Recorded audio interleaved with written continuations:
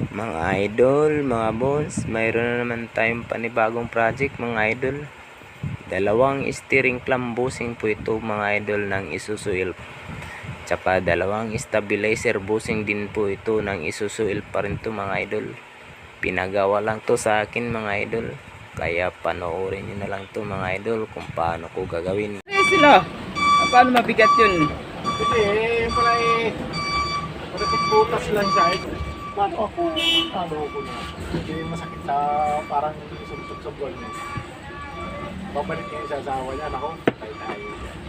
Hindi niya na kinuha. Pero na sa isa ilalagay sa ulo eh. Tinubukan niya eh. Ang bigat. Ako nga, ginagawin ko eh. Putang ang bigat ng isa.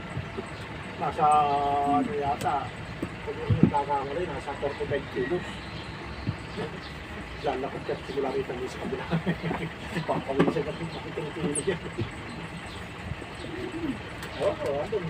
Baka daw maano dyan.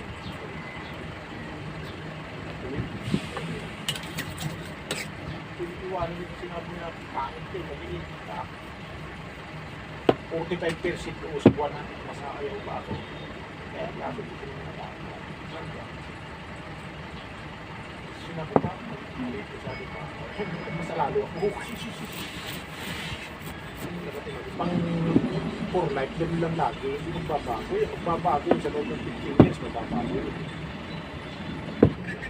Kaya gawa ko ito.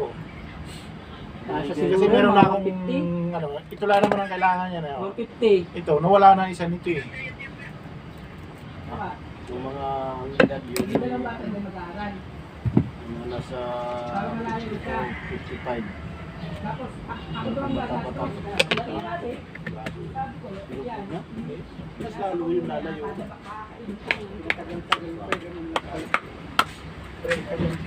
Breaker lang, tayo pag-tigtan.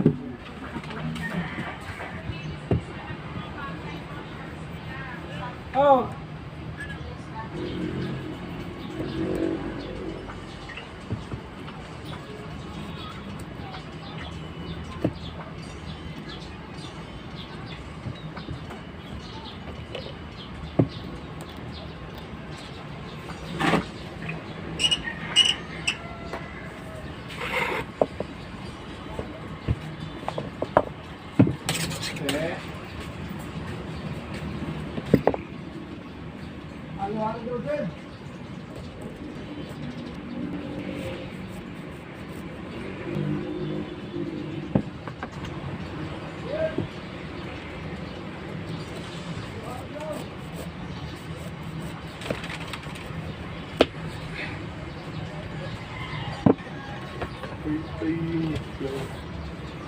Ako'y dahimig lang.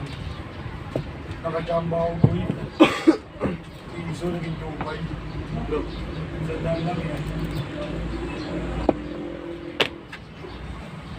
Tatlong gulay. Pabusus.